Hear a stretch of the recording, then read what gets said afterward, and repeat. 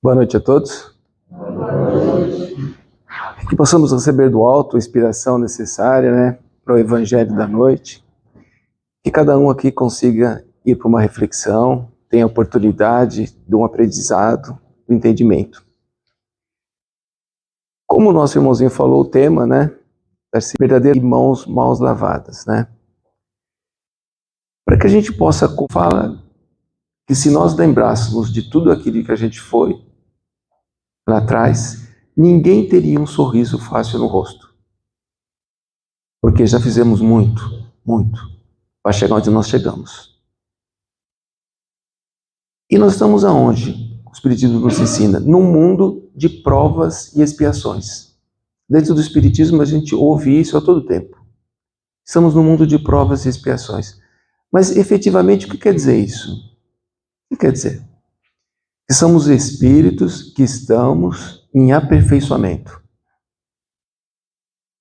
Por isso que eles falam que aqui é um hospital-escola.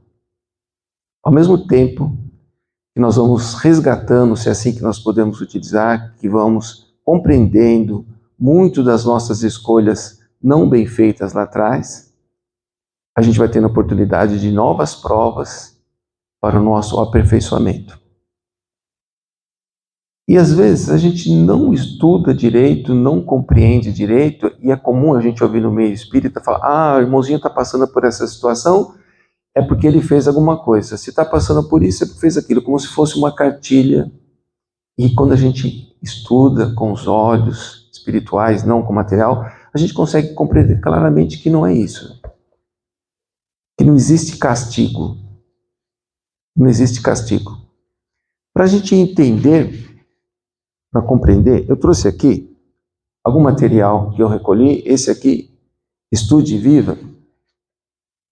Esse livro aqui é de André Luiz, psicografado por Chico Xavier e Valdo Vieira. Eu vou ler alguns trechinhos durante a palestra para a gente ir compreendendo. Com a mão aqui só fica meio complicado. Bom, tá aqui, ó. Estude e viva. Como desinteressar-nos dos encontros espíritas, nos quais se ventilam questões fundamentais da vida. Como abrir mão? Por que fala isso? Porque é um ponto muito importante para a gente entender. Vocês devem ter ouvido isso dentro de casas espíritas. Nós não somos seres materiais que passam por uma experiência no mundo espiritual. Não. É o contrário. Nós somos seres espirituais que passamos por uma experiência no mundo material. Qualquer dúvida de nós que estamos aqui, que aqui adentramos nesse mundo pela porta do berço e que nós vamos sair, alguém vai ficar para a semente? Alguém acha isso? Quantos entes queridos nossos já voltou para o plano espiritual? Emmanuel fala que nós tendemos a pensar assim porque a viagem é longa e a gente acaba esquecendo onde a gente mora. Jesus falou: meu reino não é deste mundo. Se o reino dele não é deste mundo, nós somos. Então somos seres espirituais. Isso é muito importante para a gente compreender, entender que estamos no processo de aperfeiçoamento. Cada um de nós. E nós encontramos no 17º capítulo do Evangelho que diz: sede logo perfeitos, como vosso Pai. Ou seja, cabe a nós, depende de cada um de nós ter essa perfeição. Mas a gente sabe que tem muita coisa que a gente ainda não compreende, porque a gente olha apenas com os olhos materiais. Como eu falei, quando começa a olhar com os olhos espirituais, a gente começa a entender um pouquinho mais. E Allan Kardec, um espírito que tinha uma envergadura cultural muito grande, para quem não sabe, discípulos de Pestalozzi, um pedagogo que ensinava através do construtivismo, ou seja, através da vivência que a gente ia construindo o ensinamento, que codificou esse livro. E não foi uma coisa tão simples. Ele começou com um estudo, passou por uma investigação, dedicou 5 anos da vida dele em cima disso, largou a vida dele inteirinha, material, quando compreender, para poder codificar. E aqui, no capítulo 2 do Livro dos Espíritos, que é a primeira obra dele, que foi psicografada em 1857, por isso que hoje nós já temos condições de compreender muito o que lá atrás eu compreendia, mas temos que ter a consciência que ainda tem muito ainda para a gente conhecer. Na pergunta 17, ele faz a seguinte pergunta: é dado ao homem conhecer o princípio das coisas? A resposta dos Espíritos: não. Deus não permite que tudo seja revelado ao homem neste mundo. A gente precisa prestar atenção não só na palavra, mas na intenção, na mensagem que vem, para a gente compreender. Aí, na pergunta 18, ele continua: um dia o homem penetrará nos mistérios das coisas que lhe está oculta? A resposta: o véu levantado para ele, o véu se levanta para ele na medida que se depura. Ou seja, na medida que vamos nos aperfeiçoando. Como hoje, muita coisa a gente consegue compreender, outra não.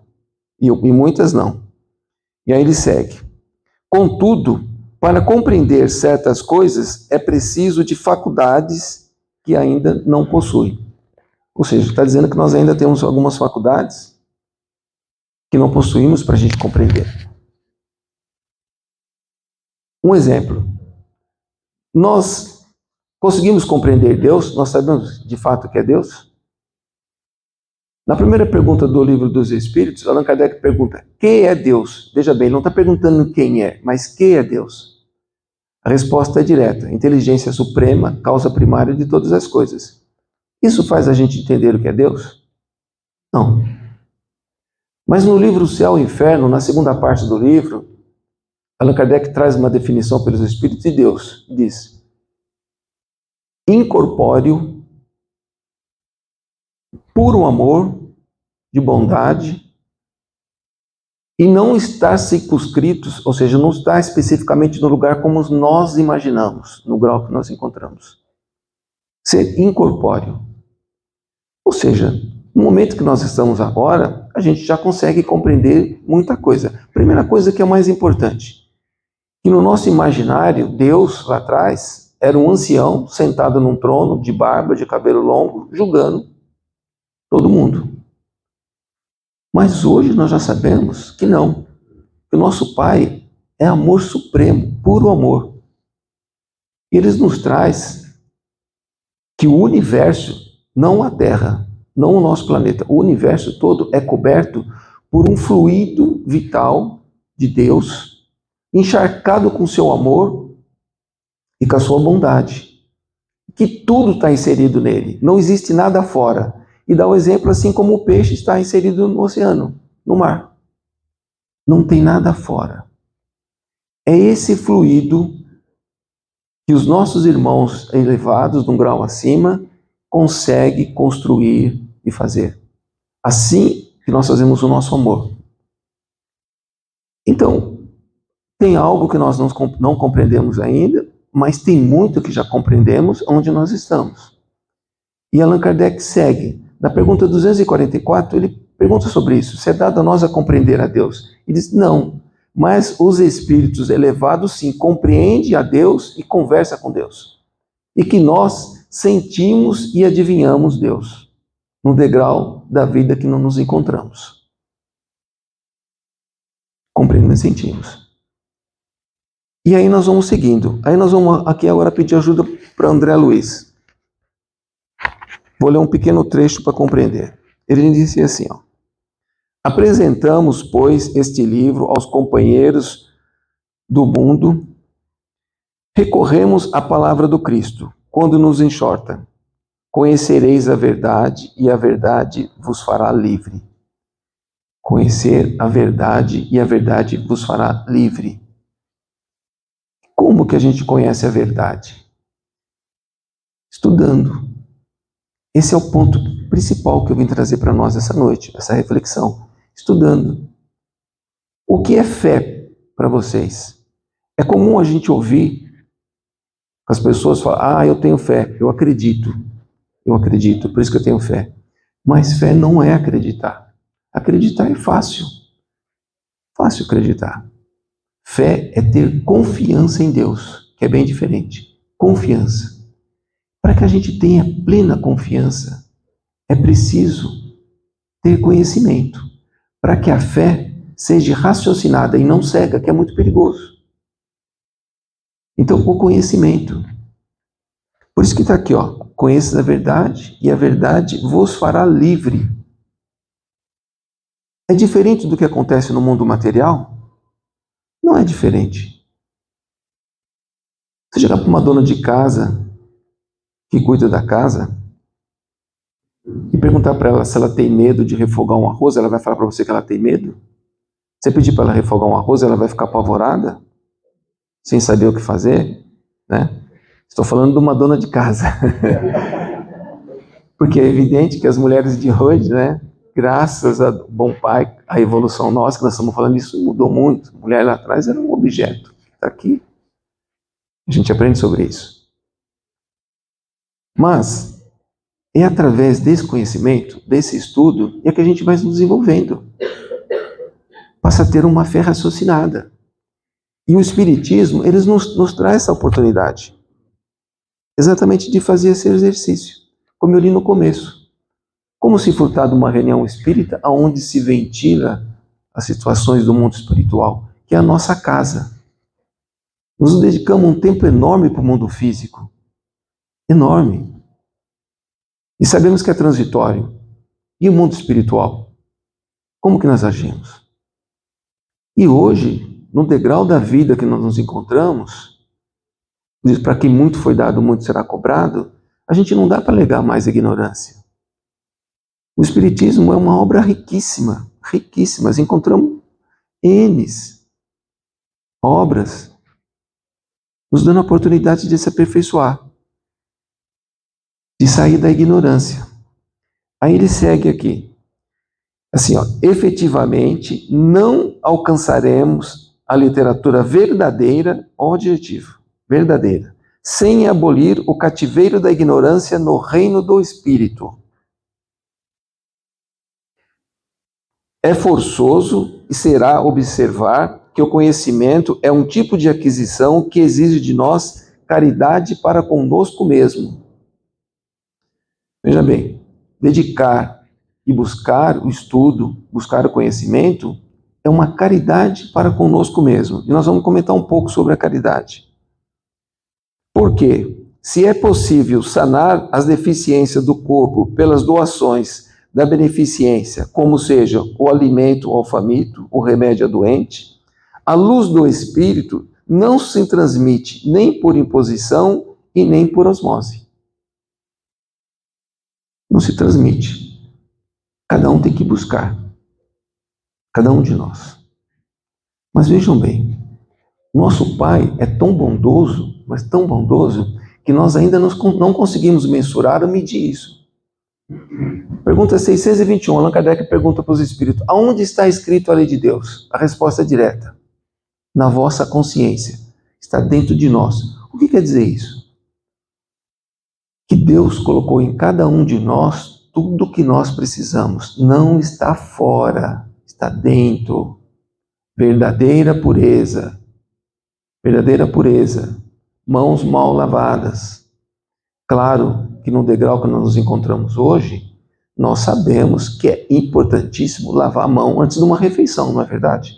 Isso não é, né? Tomar um banho, fazer asepsia, é uma coisa lógica de saúde, a gente entende isso. Então veja que ele não está condenando isso, está dizendo a verdadeira pureza. Porque lá atrás, os fariseus, eles eram tão focados no externo, tão focados, e hoje não mudou quase nada, né? Nós também somos assim, que eles tinham uma reunião no Siedro, uma vez por mês, que chamava reunião de purificação, que era só para os doutores da lei, para aqueles que estudaram a lei Torá, olho por olho, dente por dente, de purificação. E para eles a purificação era externa. Para ter ideia, aqueles Os mestres que saíam, aqueles doutores da lei, quando saía de casa, só a esposa trocava ele, colocava a manta, a roupa nele, ele saía, ele não podia encostar em nada. Se alguém viesse e encostasse nele, ele não podia participar da reunião, ele tinha que voltar para casa, porque tocou na roupa dele. Para nós isso tem lógica hoje? Não tem. Mas cada um dentro de vocês, olha, quantos dogmas nós temos dentro da gente? Quantos? Quantas barreiras psicológicas a gente tem ainda preso? Para nós ainda, o externo é muito forte. É muito forte. Vou na Casa Aparecida Castelli fazer o evangelho. Ah, será que vão achar que eu estou bem vestido? Será que vão reparar que eu sou careca? Será que é isso? Será que é aquilo? Qual que é o julgamento? O que vão falar? O que vão fazer? E olha, que para nós tem uma importância muito grande. Porque aqueles que me julgarem assim, vai mudar o que eu sou? Não. Se falarem que eu sou bonito, que eu sou lindo, que eu sou maravilhoso, isso, aquilo, outro, graças a Deus minha mãe acha isso, a única, né? Também não vai mudar o que eu sou, de fato eu sou. Mas nós ainda, no degrau da vida que nos encontramos, nós necessitamos disso. Entendam? Nós necessitamos disso. Pergunta 919. Allan Kardec pergunta para os espíritos, né? O que devemos fazer para nos aperfeiçoar? Quem responde é Agostinho de Hipógenes, mais conhecido como Santo Agostinho. Ele diz, conheça-te a ti mesmo. E Allan Kardec, com a envergadura que tinha, bom senso e pessoa, como diz aqueles que conviveram com ele diz assim, ok, eu sei disso, que me conhecer a mim mesmo, né, vai me deixar bem. E olha que é uma pergunta inteligente, que eu diria com toda tranquilidade que a maioria de nós, se estivesse lá, não íamos dar sequência nessa pergunta. Como a gente ouve hoje? Ah, conheça a ti mesmo. Ah, tá bom, eu vou conhecer a mim mesmo. Aí Allan Kardec fala, mas como que eu faço para conhecer a mim mesmo? Porque, meus irmãos, esse é um ponto fundamental. Como que a gente faz para se conhecer a si mesmo? É preciso estudar. Mas Agostinho de Hipógenes dá a seguinte resposta. Ele diz assim, eu, quando estive aí, na Terra, a final de cada dia, eu fazia uma avaliação do que eu tinha feito. Se eu tinha conseguido praticar todo o bem que estava ao meu alcance, se não tinha ofendido ninguém, e se eu percebesse que acontecesse isso, no outro dia eu ia atrás para reparar.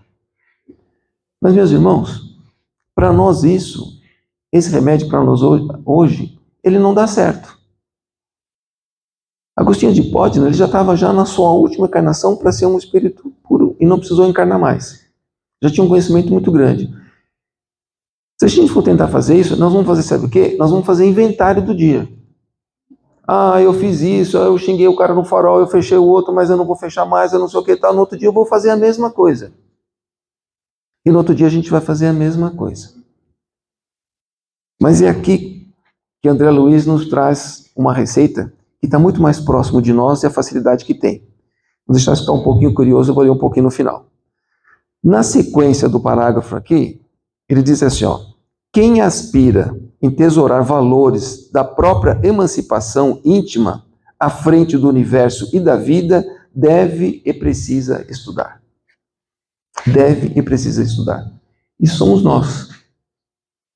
Devemos e precisamos estudar. Não tem outro caminho. Emmanuel, ele diz assim, que são duas asas que vão nos levar ao Pai.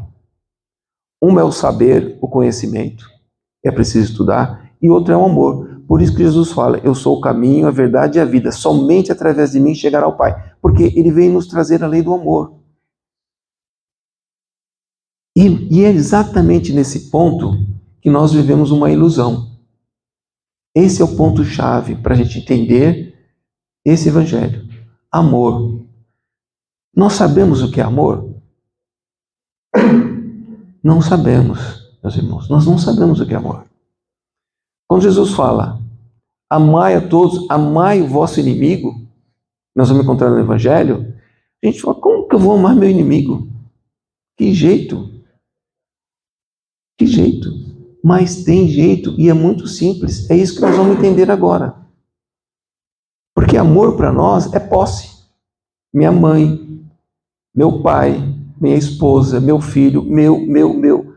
Isso não é amor. Pode ser qualquer outra coisa, mas amor não é. E é Jesus que ensina isso. Simão Pedro que nos dá a oportunidade de entender o que é o amor. E na sequência a gente vai ver no Evangelho, por isso que a gente entende, por isso que Jesus falava, amai o vosso inimigo. Ele não estava dizendo que nós temos que ter uma afeição, assim como nós temos para um ente querido, que é diferente. Amor é outra coisa. Essa é a verdadeira pureza. É no amor que a gente vai encontrar. Na pergunta 886, Allan Kardec pergunta para os espíritos,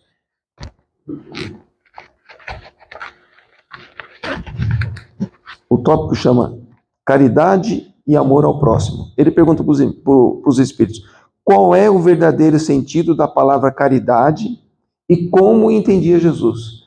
Qual o verdadeiro sentido da palavra caridade? E antes de ler, cada um dentro de si, quando fala caridade, o que é caridade para vocês? Responda para vocês mesmos. Quando a gente fala caridade, o que é caridade? O que é caridade? E aqui está inserido no tópico de hoje. Aqui ele vai falar sobre a verdadeira caridade, não aquela que nós imaginamos, a verdadeira caridade. A resposta é assim, ó: benevolência para com todos, indulgência para com as imperfeições alheias e perdão das ofensas. Isso é caridade. Principalmente perdão das ofensas. Por isso que amar o inimigo. Quando ele diz, perdoe o vosso inimigo. Perdoe. E perdoar, meus irmãos, não é pelos lábios. Perdoar é pro coração. É perdoar realmente. Por quê? Estamos num mundo de provas e expiação, como nós falamos, nos aperfeiçoando. E qual que é a dúvida com o espírito que está num processo de aperfeiçoamento? Tem escolhas certas. Todos nós necessitamos de ser perdoados. Todos. Somos espíritos imperfeitos. Como que eu posso imaginar que eu sou um pai justo, certo? Um marido ok, um filho certinho? Que maneira? Pergunta para minha mãe, pergunta para o meu pai, pergunta para minha esposa, para meus filhos, se eu sou perfeito, se eu não tenho falha nenhuma, se eu não preciso que tenha indulgência comigo, que entenda meus defeitos. E eu também tenho que fazer esse mesmo exercício. A pessoa que mais, cada um de vocês, de nós, que nós vamos magoar, que nós vamos machucar, é aquelas que estão ao nosso lado, aquela que nós amamos. Entre aspas, chamamos de amor, que nós temos afeição, que está na nossa caminhada, está junto com a gente. Eu sou imperfeito. Que dúvida. Porque o meu instinto vem naturalmente. Entra dentro do metrô, o cara pum, pisa no meu pé. O que eu falar, meu irmãozinho? Ó, você pisou no meu pé, dá licença. É assim que a gente fala? Porque o instinto, ele vem à tona. Porque nós estamos vindo lá de baixo, o espírito em processo de evolução. O que mais nós conhecemos é o que está lá embaixo. E não conhecemos ainda o que está acima de nós. Por isso que a gente vai encontrar aqui na caridade a resposta para esse evangelho de hoje. A sequência. O amor e a caridade são um complemento da lei de justiça. Qual que é a lei de Deus? A lei de Deus. Justiça, amor e caridade. Essa é a lei de Deus. Justiça. O que nós chamamos de castigo. É a ferramenta para nos aperfeiçoar. O que é a nossa dor. Ah, mas o Sérgio está sofrendo, porque isso, aquilo, porque ele fez isso, fez aquilo. Lei do engano. A grande maioria é verdade. Deus utiliza de caminhos que nós não conhecemos para nos aperfeiçoar. O tempo todo. E meus irmãos, nós aqui, vocês, se eu pedir para vocês colocarem a mão no fogo, vocês colocam? Por que não coloca? Por quê? Que queima, né? Mas como é que você sabe que queima? Como? Porque já queimou. Esse é o nosso tesouro. Que o ladrão não vai roubar, que a ferrugem não vai comer, que o tempo não vai levar. Está somatizado em nós. Meus irmãos, a dor é um remédio. É um remédio que tem que somatizar em nós. se eu não vivenciar a depressão, como que eu vou conseguir entender um irmãozinho que está com depressão? Se eu não tiver ódio, como é que eu vou entender que a pessoa está com ódio? Alguém fala, o cara está com ódio. Eu sei o que é ódio. Eu sei o que é ciúme. Eu sei o que é sentimento de vingança. Eu sei o que é raiva. Eu sei o que é medo. Eu sei o que é pavor. É preciso viver isso. Olha para a vida do Chico Xavier, um espírito de extrema luz, que partiu para o mundo espiritual e mensagem chegando para o espiritual o tempo todo. A gente achava que o Emmanuel era um espírito acima dele, e hoje a gente sabe que ele é acima do Emmanuel. Vivendo entre nós aqui, como vivia. Olha a vida dele. Quem leu a biografia dele sabe como nasceu. Um sofrimento terrível, mas então o que ele fez? E Jesus foi para a cruz por quê? Porque ele colocou alguém na cruz? Um espírito perfeito como ele? A gente precisa passar por sentimentos para que fique somatizado em nós. Deus, a grande maioria de nós, utiliza de caminhos, de oportunidade, de escolhas erradas que a gente fez lá atrás e volta, como o Chico falava, numa encarnação você vai vir como dentista, não é para levar o pé da letra, e na outra você vai ser aquele que vai ser tirado o dente. Nós vamos trocando as experiências, nós vamos nascer num corpo feminino, num corpo masculino. Veja bem a diferença que é viver num corpo feminino e num corpo masculino. As experiências entre nós é totalmente diferente. Uma pessoa que nasce com uma deficiência, como que a gente vai entender? Um que nasce num berço rico, tendo acesso, como nós começamos no início, lá em Detroit, e o outro nasceu na África, então Deus não quis justiça. Olha a experiência. Por isso que eles falam que não tem espírito ditoso, espírito bobinho. Não existe. O espírito ditoso, física quântica para eles, é 1 mais 1. Falar do universo para eles é como aprender o beabá. Falar de física, de química, de medicina. Jesus, quando transformou a água em vinho, multiplicou os pão, meus irmãos, aquilo é a coisa mais natural para ele. Para nós, foge da nossa natureza ainda, é sobrenatural. Para ele é natural. Porque ele já consegue criar. Vós são deuses. Falou, nós somos deuses, nós criamos. Para a gente entender isso, que fica fácil, Emmanuel que nos ensina isso, ele diz assim, não se doa o amor da mesma maneira que se doa um pão. Porque quando você doa um pão, você está limitando a dádiva. Estou limitando, é um pão. E se eu dengar o pão para minha irmãzinha aqui, ela pode pegar o pão e passar para outra irmãzinha. Ela pode pegar e passar para outra. Ela pode pegar um pedaço do pão e passar outro pedaço do pão. Tá certo? Agora, meus irmãos, pega uma mãe que tem 10 filhos. 10 filhos. Morreu um. Um morreu. Foi para o plano espiritual. Ela está num sofrimento, num choro danado. Eu chego lá e falo, para de chorar, você tem mais 9. Pega o amor dele que está aqui e passa para os outros 9. É assim que funciona o amor? Você transfere o amor? Dá para transferir o amor? Ah, minha mãe foi para o plano espiritual, tem uma saudade enorme. Aí a casa fala para mim, Sérgio, aqui seu melhor está cheio de mãe, vou arrumar uma mãe para você. Para de chorar. Vou te trazer uma outra mãe aqui e resolver o seu assunto. Entende? O que quer dizer isso? O amor, nós edificamos na nossa caminhada. A matéria-prima do amor é o fluido vital de Deus. Cada um de nós. Ele é único. Emmanuel fala que amor é como uma digital. Cada um tem um. Mamãe tem 10 filhos. Os 10 filhos são iguais? São todos diferentes um do outro? Mas nasceu no mesmo útero. A mesma educação. Aí a gente começa a entender a pluralidade das existências. É fácil para entender. Dentro de uma casa, o humor de cada um é diferente. Totalmente diferente. Cada um de nós vai passar por N experiências. Ah, adquiri uma doença que eu não esperava porque foi um castigo. Não, necessariamente não. Mas vai adquirir um tesouro que é passar por um sentimento que não dá para explicar. Não tem como explicar. Como é que eu explico o amor que eu tenho por meu filho, o amor que eu tenho pela minha esposa, o amor que eu tenho pela minha mãe? Como que você explica isso? É verdade? E quando a gente entende que amor é aceitar o próximo como ele é, não é do jeito que eu quero. Porque nós somos assim, tem que ser do meu jeito. Ah, se for educado comigo, eu vou ser educado. Se não for, não sou. Então eu não sou educado. Eu dependo do outro, de fora. Eu não tenho que depender de nada. Está em mim. É o verdadeiro tesouro. É no coração. É no coração.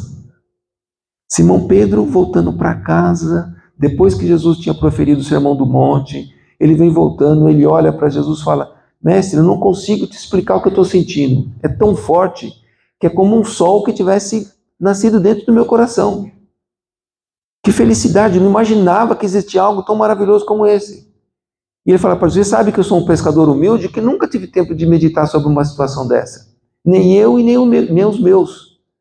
E ele fala: Mestre, me ensine a ter esse amor, a fazer esse amor. Jesus olha para ele, diz Humberto de Campos, que abraça ele com os olhos, que ele sente a energia dele, e olha bem para ele e fala: Simão, na sua caminhada no dia a dia, perdoe a tudo e a todos, porque se assim fizeres, estarás amando. É essa a visão que a gente tinha. Estarás amando. Por isso que ele fala amar o vosso inimigo. Ele está dizendo, perdoe o vosso inimigo. Seja indulgente com ele, aceite os defeitos dele.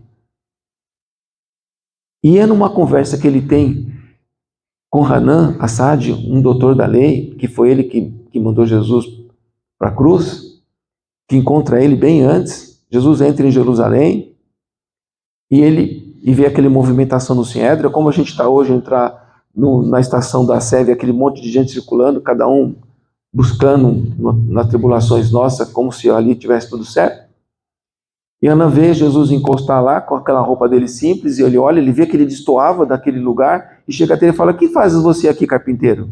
Ele não ofende ele. Jesus olha para ele e fala assim: "Venho aqui com a intenção de implantar o reino de Deus." Ele não esperava uma resposta tão inteligente como essa. Fala: "Reino de Deus? Quem pensas tu que é isso? Por acaso algum príncipe, algum rei vai vir te ajudar?" Olha a nossa visão, que é assim, é material. Nós aqui esperamos que nasça um homem, alguém que venha aqui para resolver a situação do Brasil. A gente pensa assim: ah, tomara que nasça um justo, um político honesto que venha. Gente, ilusão. Quem vai mudar esse país é cada um de nós, com o evangelho de hoje, com a verdadeira pureza. E Adão olha para ele e fala: quem pensa que um príncipe vai te ajudar? Ele fala: receberei ajuda de todos os lados. Ele fala: ah, é verdade, idiota e pessoas perturbadas tem para todo lado. O que achas tu? Que é isso? O que pensas tu que é reino de Deus? Ele fala: reino de Deus implantado no coração de cada homem. No coração de cada homem. É isso que nós estamos fazendo aqui, cada um. Nós estamos buscando implantar o reino de Deus no nosso coração. Essa é a verdadeira pureza. E a verdadeira pureza em nós. É o trabalho que temos que fazer para nós. Não se preocupar tanto com o externo como nós nos preocupamos hoje, excessivamente com o externo. Nós necessitamos de ser aceitos no meio que nós estamos. Necessitamos de ser amados. Necessitamos de amar. Mas com a visão que nós temos, de espírito ainda imperfeitos. E julgamos a tudo e a todos. E Jesus, para Simão Pedro, ele continua dizendo: Simão, na vossa caminhada, nunca critiques o mal. Nunca critiques o mal. Porque o mal, ele está sempre acompanhado da luz. A luz que está obscura por uma luz maior. Então, não critiques o mal, porque ele sempre traz a luz. E Simão olha para ele e não entende. Ele percebe que Simão não entende. Fala: Simão, ao cair da noite, do escuro, não vês acompanhado das estrelas, quando olha no céu, a luz não está lá? Mas ela esteve lá o dia todo, só que obscurecida por uma luz maior que era o sol. Então, não tem mal que dure. Não existe. Vem sempre acompanhado da luz. As nossas vicissitudes, as nossas dores, nosso medo, ele não é castigo, ele vem acompanhado da luz. Todos que estão aqui, sem exceção, já passaram por vicissitudes. Todos nós já passamos por momentos difíceis. Depois que passa, você continua sendo a mesma pessoa? A gente é a mesma pessoa, igualzinho? Não é. O que muda? O que muda? É fora? É externo que muda? A paisagem, a minha casa eu pintei, eu mudei? É dentro, aqui dentro não dá para explicar. É a verdadeira pureza que nós vamos edificando na nossa caminhada, no dia a dia. É a nossa responsabilidade. Sede logo perfeito como vosso Pai é. Essa é a nossa obrigação. E aqui é a receita que traz para nós, para encerrar, do André Luiz, como anteciparmos a nossa purificação. Ele diz assim, em tudo o aprendiz do Evangelho encontra ensejo de empregar a orientação fraterna e pura. Em tudo, orientação fraterna e pura. Escolhendo métodos para estudo, mantendo persistência no serviço em favor do próximo, elegendo a serenidade por norma de cada dia, burilando ideais sadios na ação de interesse geral. Vocês vejam que está sempre o próximo, sempre fora. A gente não pode olhar só para dentro, eu quero só para mim. Tudo que eu quero só para mim faz mal. Quando eu quero para todos, faz bem. Burilando ideias sadias em ação integral e geral, aplicando teoria e prática do bem nas tarefas mais simples, anotando por si mesmo e verificação das próprias deficiências, exprimindo gratidão operante, sustentando intenções nobres constantemente, defendendo e valorizando efetiva das qualidades respeitáveis dos companheiros que o cercam, apresentando doação espontânea no concurso pessoal à beneficência dos outros. Vocês perceberam que todo parágrafo aqui está dizendo o nosso próximo? Para encerrar, Bezerra de Menezes está fazendo uma palestra no mundo espiritual e para os espíritas, e um espírito está sentado lá olhando um senhor, começou a se irritar, levantou, falou, para, ele falou, olha, não estou aguentando mais, eu não posso estar aqui, estou saindo daqui. Mas por quê? Ele falou, porque eu ainda continuo pensando mal, eu estou te julgando, eu estou aqui pensando, maledicência, como é que eu posso ser espírita, ser todas essas coisas? Ele falou, não tenho, eu vejo aqui dentro, né, as pessoas que estão aqui na minha volta também fazer isso, comentário um do outro, para acertar, e não mereço. Bezerra de Menezes para ele e falou, mas eu também sou assim. Aí ele assustou, falou, como você também é assim? Ele falou, eu também sou assim. A única diferença é que antes eu corria atrás dessas coisas e agora eu estou fugindo dessas coisas. É isso que nós temos que aplicar na nossa vida. Que a paz do Mestre Jesus continue governando nossos corações. Obrigado, meus irmãos, pela oportunidade.